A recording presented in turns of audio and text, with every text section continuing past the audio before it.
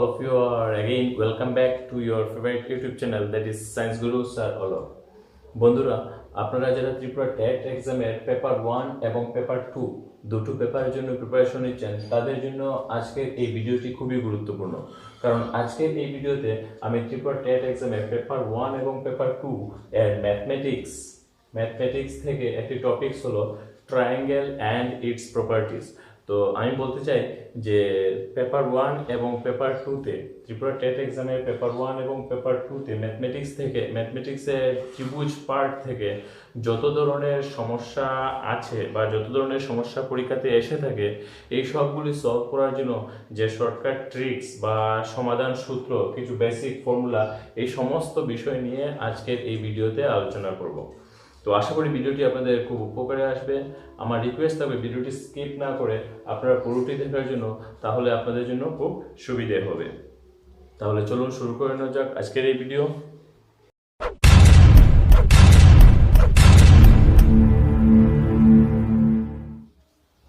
প্রথমে আমরা ত্রিভুজের বেসিক পার্টটা বুঝে নিই। ত্রিভুজ বলতে আমরা কি বুঝি? তিনটি বাহু দ্বারা পরিবেষ্টিত একটি closed figure, A B C, তিনটি বাহু, যার তিনটি বাহু থাকে এবং তিনটি কোণ থাকে, এটি হলো ত্রিভুজ। তিনটি বাহু এবং তিনটি কোণ। আমাদের মনে রাখতে হবে ত্রিভুজের ক্ষেত্রে, যে কোনো ধরনের ত্রিভুজের ক্ষেত্রে তিনটি কোণের সমষ্টি সর্বদা 180 ডিগ্রি হয়ে থাকে। যদি আমরা যে কোনো দুটি কোণের পরিমাপ জানা থাকে, প্রশ্নের মধ্যে দুটি কোণের পরিমাপ দেওয়া থাকে, 3 নম্বর কোণের তৃতীয় কোণটির পরিমাপ বের করতে হয়, তাহলে 180 ডিগ্রি থেকে এই দুইটি কোণের সমষ্টি বাদ দিয়ে দিলেই আমরা তৃতীয় কোণটি পেয়ে যাব। এই হলো ত্রিভুজের তিনটি কোণের সমষ্টি, যা 180 ডিগ্রি। এখন আমাদের আরো কিছু জিনিস মনে রাখতে হবে, বাহু বেধে এবং কোণ বেধে ত্রিভুজের প্রকারভেদ।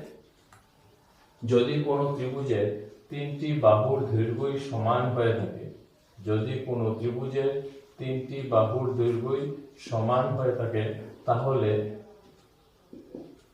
তাহলে এই ত্রিভুজকে বলা হয় সমবাহু ত্রিভুজ। এবং আমাদের মনে রাখতে হবে সমবাহু ত্রিভুজের ক্ষেত্রে যেহেতু তিনটি বাহুর পরিমাপ সমান, তিনটি বাহুর দৈর্ঘ্য সমান, তাহলে তিনটি কোণও সমান হবে। যদি AB equal BC equal AC হয়, তাহলে angle A equal angle B equal angle C.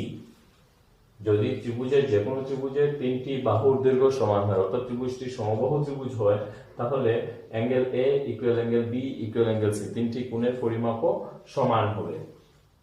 Similarly, যদি কোনো ত্রিভুজের দুটি বাহুর দৈর্ঘ্য সমান হয়, দুটি বাহুর দৈর্ঘ্য সমান হয়, যদি কোনো ত্রিভুজের দুটি বাহুর দৈর্ঘ্য সমান হয়, অর্থাৎ এবি ইকুয়াল এসি, তাহলে সেই দুটি বাহু সংলগ্ন কোণ দুটিও সমান হবে। অর্থাৎ যদি এবি ইকুয়াল এসি হয়ে থাকে, তাহলে angle B equal angle C. যদি কোনো ত্রিভুজের দুটি বাহু সমান থাকে, তাহলে তাদের বাহু সংলগ্ন যে দুটি কোণ থাকবে, সেই দুটি কোণের পরিমাপও সমান হবে। এখন যদি ত্রিভুজের তিনটি বাহুর দৈর্ঘ্যই অসমান হয়ে থাকে, যদি ত্রিভুজের তিনটি বাহুর দৈর্ঘ্যই অসমান হয়ে থাকে, A B not equal BC not equal AC, তাহলে angle A not equal angle B not equal angle C. যদি তিনটি বাহুর দৈর্ঘ্য ভিন্ন হয়, তাহলে তিনটি কোণের পরিমাপও ভিন্ন হবে। এই হলো বাহুর উপর বেস করে, বাহুর মেজারমেন্টের, অর্থাৎ যে কোনো ত্রিভুজের বাহুর দৈর্ঘ্যের উপর বেস করে অ্যাঙ্গেলের যে কোণ নির্ণয় করার যে ফর্মুলা। এখন আমরা যে বিষয়টি নিয়ে আলোচনা করব, সেটি হলো বহিস্থ কোণ এবং অন্তঃস্থ কোণ। আমরা জানি কি, যে কোনো ত্রিভুজের বহিস্থ কোণ, যেমন এ বি সি ত্রিভুজের আমরা বহিস্থ কোণ একটি পেলাম, অ্যাঙ্গেল এ সি ডি। বহিস্থ কোণ সমান সমান অন্তস্থ মানে ভিতরের বিপরীত কোণ দুটির সমান। বহিস্থ কোণ সমান সমান অন্তস্থ বিপরীত কোণ দ্বয়ের সমষ্টি সমান, অর্থাৎ angle A plus angle B. Angle A C D সমান সমান angle A plus angle B. যে কোনো ত্রিভুজের বহিস্থ কোণ সমান সমান অন্তস্থ বিপরীত কোণ দ্বয়ের সমষ্টি। আর আরেকটা জিনিস, যে কোনো ত্রিভুজের বহিস্থ বাইরের যে আমরা এই একটা কোণ পেলাম, সিমিলারলি এখানেও আমরা একটা বহিস্থ কোণ পাবো এবং এখানেও আমরা একটা বহিস্থ কোণ পাবো। তিনটি কোণের সমষ্টি সমান, বহিস্থ কোণগুলির সমষ্টি সমান সমান। এটা যে কোনো বহুভুজের ক্ষেত্রে বহিস্থ কোণের সমষ্টি সমান সমান 360 ডিগ্রি। এই ফর্মুলাটি যে কোনো বহুভুজের ক্ষেত্রে সমান হয়ে থাকে। যে কোনো বহুভুজের বহিস্থ কোণগুলির সমষ্টি 360 ডিগ্রি। এখন ত্রিভুজের ক্ষেত্রফল নির্ণয় করার ফর্মুলা আমরা যদি জেনারেলি যে ত্রিভুজের ক্ষেত্রফল নির্ণয় করার ফর্মুলা, যদি এবিসি একটি ত্রিভুজ থাকে,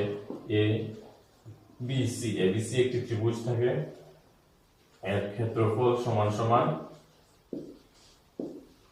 আমরা সবাই জানি যে হাফ ইন্টু ভূমি ইন্টু উচ্চতা, হাফ ইন্টু ভূমি ইন্টু উচ্চতা, যার ভূমি জানা থাকতে হবে এবং উচ্চতাটিও জানা থাকতে হবে। যদি আমরা যে কোনো ত্রিভুজের ভূমি এবং উচ্চতা দুটির মেজারমেন্ট জানা থাকে তাহলে আমরা ক্ষেত্রফল নির্ণয় করতে পারি হাফ ইন্টু ভূমি ইন্টু উচ্চতা। এবং পরিসীমা হবে, ত্রিভুজটির পরিসীমা হবে এ প্লাস বি প্লাস সি, অর্থাৎ তিনটি বাহুর দৈর্ঘ্যের সমষ্টি। তিনটি বাহুর দৈর্ঘ্যের সমষ্টি হবে ত্রিভুজটির পরিসীমা এবং ত্রিভুজটির ক্ষেত্রফল হবে হাফ ইন্টু ভূমি ইন্টু উচ্চতা। এখন ধীরে ধীরে আমরা আরো কিছু কমপ্লিকেটিভ ফর্মুলার দিকে যাচ্ছি। যেমন যদি আপনারা দেখতে পাচ্ছেন, আমি স্ক্রিনের মধ্যে দিয়ে দিয়েছি, যদি কোনো ত্রিভুজের প্রতিটি বাহুর দৈর্ঘ্য x% বৃদ্ধি পায় তাহলে ক্ষেত্রফল বৃদ্ধি পাবে। যদি কোনো ত্রিভুজের প্রতিটি বাহুর দৈর্ঘ্য x% বৃদ্ধি পায়,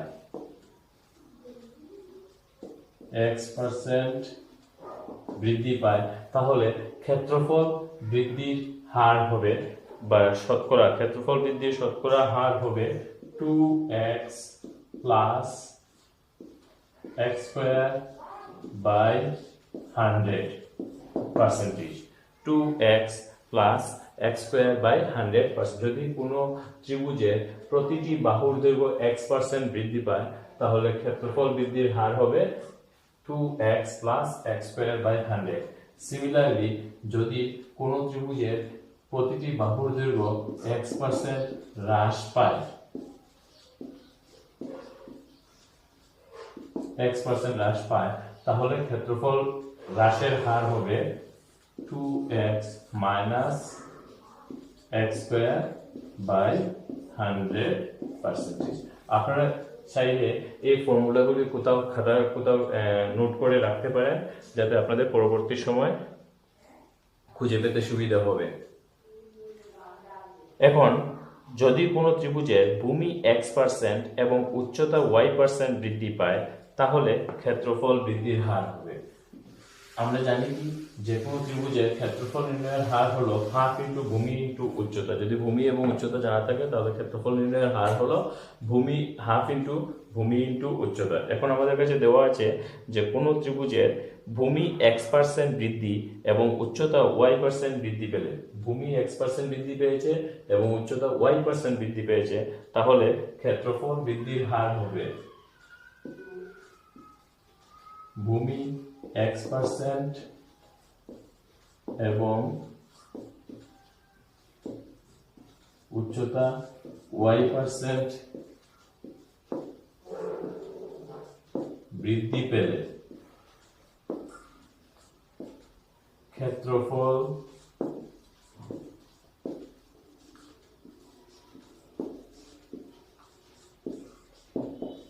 বৃদ্ধির হার, ক্ষেত্রফল বৃদ্ধির হার যদি ভূমি x% বৃদ্ধি পায় এবং উচ্চতা y% বৃদ্ধি পায়, তাহলে ক্ষেত্রফল বৃদ্ধির হার হবে x plus y plus xy by 100%। প্রায় সময় এই ধরনের ফর্মুলা সংক্রান্ত কিছু সমস্যা পরীক্ষাতে এসে থাকে, তাহলে এই ফর্মুলাগুলি আপনাদের জানা থাকতে হবে। যেমন কোন ত্রিভুজের ভূমি যদি x% বৃদ্ধি পায় এবং উচ্চতা যদি y% বৃদ্ধি পায়, তাহলে ক্ষেত্রফল বৃদ্ধির হার হবে x plus y plus xy by 100%। এখন নেক্সট, কোন ত্রিভুজের ভূমি অথবা উচ্চতা যে কোনো একটি x% বৃদ্ধি পেলে ক্ষেত্রফল অপরিবর্তিত রাখতে হলে উচ্চতা অথবা ভূমি হ্রাস করতে হবে।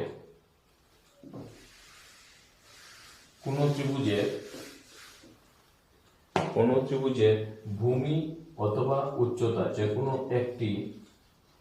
কোনো একটি যদি x% বৃদ্ধি পায় এবং ক্ষেত্রফল সেম রাখতে হবে, ক্ষেত্রফল সমান রেখে উচ্চতা কত পার্সেন্ট কমাতে হবে। যদি ভূমি বৃদ্ধি পায় তাহলে উচ্চতা কমাতে হবে, আর যদি উচ্চতা বৃদ্ধি পায় তাহলে ভূমি কমাতে হবে। এই যে কমানোর হার, সেই কিভাবে কি হারে কমাতে হবে সেটি হলো x by 100 plus x by 100 plus x plus 100%। যদি ভূমি x% বৃদ্ধি পায় তাহলে উচ্চতা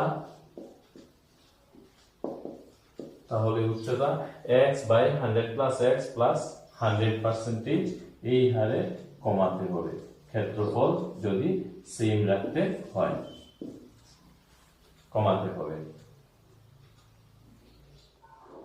একই রকম যদি কোনো ত্রিভুজের ভূমি অথবা উচ্চতা x% হ্রাস পায়, x% ভূমি অথবা উচ্চতা যে কোনো একটি x% হ্রাস পায় এবং ক্ষেত্রফল অপরিবর্তিত রাখতে হয়, তাহলে যদি ভূমি x% হ্রাস পায় এবং ক্ষেত্রফল অপরিবর্তিত রাখতে হয়, তাহলে উচ্চতা বাড়াতে হবে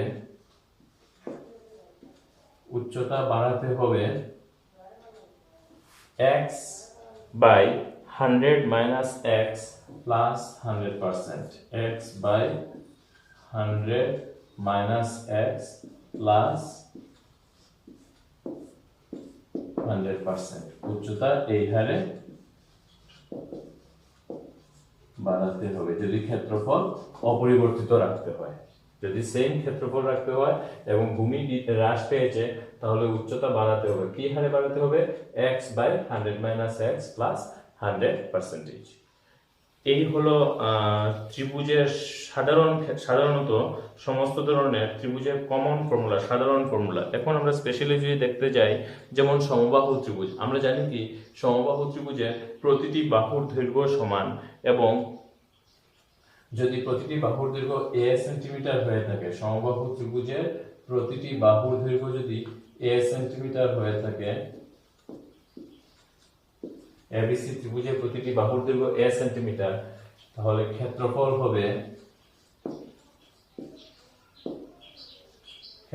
সমান সমান √3/4 ইনটু বাহু স্কয়ার। সমবাহু ত্রিভুজের ক্ষেত্রে √3/4 ইনটু বাহু স্কয়ার, এবং যেহেতু সবগুলো বাহু সমান, তাহলে পরিসীমা হবে 3 ইনটু বাহু।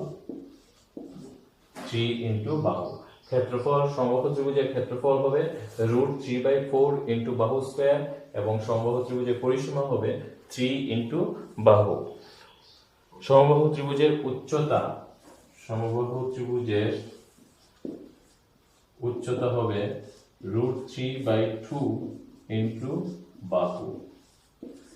সমবাহু ত্রিভুজের উচ্চতা সমান সমান √3/2 ইনটু বাহু, এবং অর্ধ পরিসীমা আমরা জানি পরিসীমা সমান সমান 3 ইনটু বাহু, তাহলে অর্ধ পরিসীমা 3 ইনটু বাহু ডিভাইডেড বাই 2, অর্ধ পরিসীমা।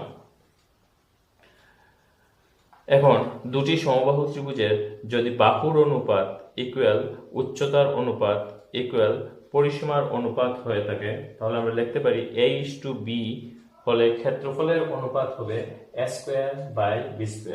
আবারও বলে রাখি, যদি কোনো সমবাহু ত্রিভুজের দুটি সমবাহু ত্রিভুজের বাহুর অনুপাত ইকুয়াল উচ্চতার অনুপাত, বাহুর অনুপাত যদি a:b হয়ে থাকে, তাহলে ক্ষেত্রফলের অনুপাত হবে a²। দুটি সমবাহু ত্রিভুজের বাহুর অনুপাত, দুটি সমবাহু ত্রিভুজের বাহুর অনুপাত যদি a:b হয়ে থাকে, দুটি সমবাহু ত্রিভুজ যাদের বাহুর অনুপাত a:b, তাহলে তাদের ক্ষেত্রফলের অনুপাত হবে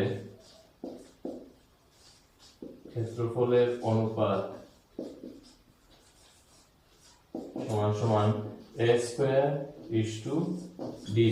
তাদের ক্ষেত্রফলের অনুপাত হবে a²:b²। একই রকম যদি উচ্চতার অনুপাত দেওয়া থাকে, দুটি সমবাহু ত্রিভুজের উচ্চতার অনুপাত a:b, তাহলে তাদের ক্ষেত্রফলের অনুপাত a²:b²। এবং যদি তাদের পরিসীমার অনুপাত দেওয়া থাকে a:b, তাহলেও তাদের ক্ষেত্রফলের অনুপাত হবে a²:b²। এই হলো সমবাহু ত্রিভুজ। নেক্সট, সমদ্বিবাহু ত্রিভুজ। সমদ্বিবাহু ত্রিভুজ বলতে আমরা কি বুঝি? যে ত্রিভুজের দুটি বাহু সমান, যে ত্রিভুজের যদি ABC একটি সমবাহু ত্রিভুজ হয়ে থাকে এবং AB সমান AC হয়ে থাকে, তাহলে অ্যাঙ্গেল B সমান অ্যাঙ্গেল C হবে।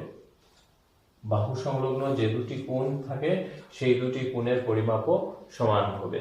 তাহলে সমদ্বিবাহু ত্রিভুজের ক্ষেত্রে যদি দুটি বাহু AB ইকুয়াল AC হয়ে থাকে, তাহলে অ্যাঙ্গেল B সমান অ্যাঙ্গেল C হবে।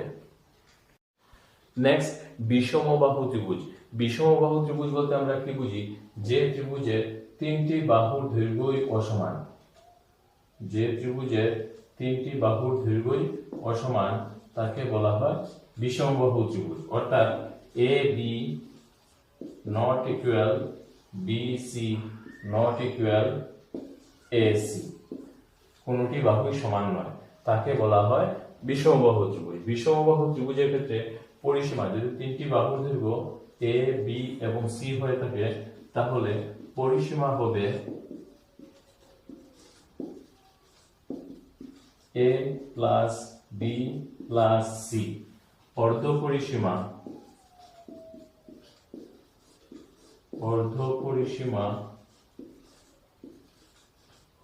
হবে A plus B plus C by 2, যাকে S দিয়েও ডিনোট করা হয়। S that means semi perimeter, S দিয়েও ডিনোট করা হয়। এখন বিষমবাহু ত্রিভুজের ক্ষেত্রফল নির্ণয় করার ফর্মুলাটি হলো, প্রথমে আমাদের অর্ধ পরিসীমা বের করতে হবে, অর্থাৎ S বের করতে হবে।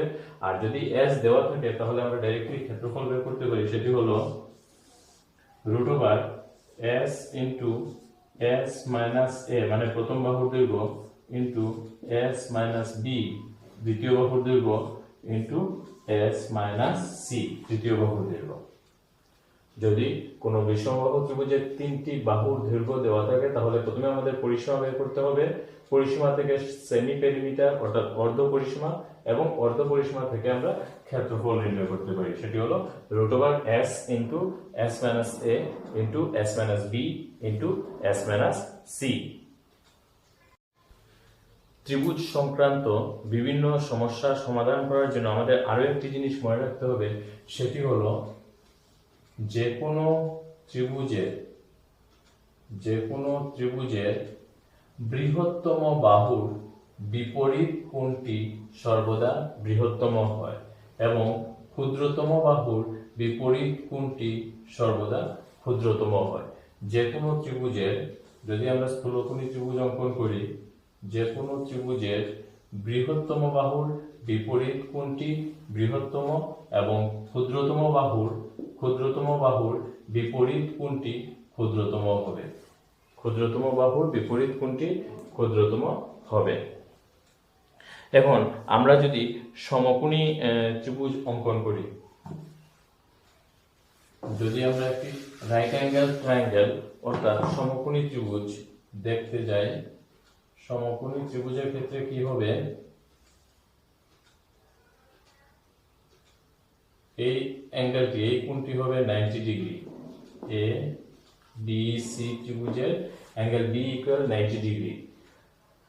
সমকোণের বিপরীত বাহুকে বলা হয় অতিভুজ। সমকোণের বিপরীত বাহুকে বলা হয় অতিভুজ। এবং সমকোণী ত্রিভুজের তিনটি বাহুর দৈর্ঘ্যের মধ্যে একটি সম্পর্ক আছে, সেই সম্পর্ককে বলা হয় পাইথাগোরাস থিওরেম বা পাইথাগোরাস উপপাদ্য। পাইথাগোরাস থিওরেমের ফর্মুলাটা কি, আমরা জানি যে যে কোনো সমকোণী ত্রিভুজের বাহু স্কয়ার প্লাস লম্ব স্কয়ার প্লাস উচ্চতা স্কয়ার, লম্ব স্কয়ার প্লাস উচ্চতা স্কয়ার, দুটি বাহু সমকোণ সংলগ্ন দুটি বাহুর বর্গের সমষ্টি তৃতীয় বাহুর বর্গের সমান, অর্থাৎ AB square plus BC square equal AC square. সমকোণী ত্রিভুজের সমকোণ সংলগ্ন দুটি বাহুর বর্গের সমষ্টি তৃতীয় বাহুর বর্গের সমান। এখন ত্রিভুজটি যদি সমকোণী সমদ্বিবাহু ত্রিভুজ হয়ে থাকে, ত্রিভুজটি যদি সমকোণী সমদ্বিবাহু ত্রিভুজ হয়ে থাকে, সমকোণী সমদ্বিবাহু ত্রিভুজ বলতে কি, সমকোণ প্লাস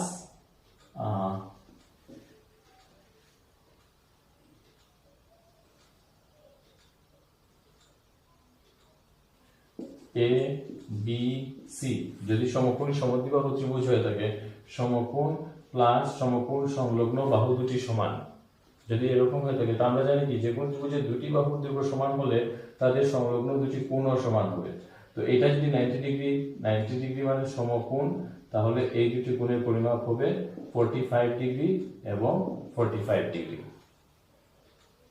নেক্সট, সমকোণী ত্রিভুজের ক্ষেত্রফল নির্ণয় করার ফর্মুলা হাফ ইন্টু সমকোণ সংলগ্ন বাহুদের গুণফল। ক্ষেত্রফল, সমকোণী ত্রিভুজের ক্ষেত্রফল সমান সমান হাফ ইন্টু সমকোণ সংলগ্ন বাহুদের গুণফল, অর্থাৎ এবি ইন্টু বিসি, সমকোণ সংলগ্ন বাহুদের গুণফল। এই হলো ত্রিভুজ সংক্রান্ত যে কোনো ধরনের সমস্যার সমাধান করার জন্য সবকটি ফর্মুলা। তো আশা করি ভিডিওটি আপনাদের খুব উপকারে আসবে। আমি আবারও বলে রাখি, যদি ভিডিও শেষে আপনাদের ভিডিওটি ভালো লেগে থাকে তাহলে অবশ্যই একটি লাইক ও একটি শেয়ার।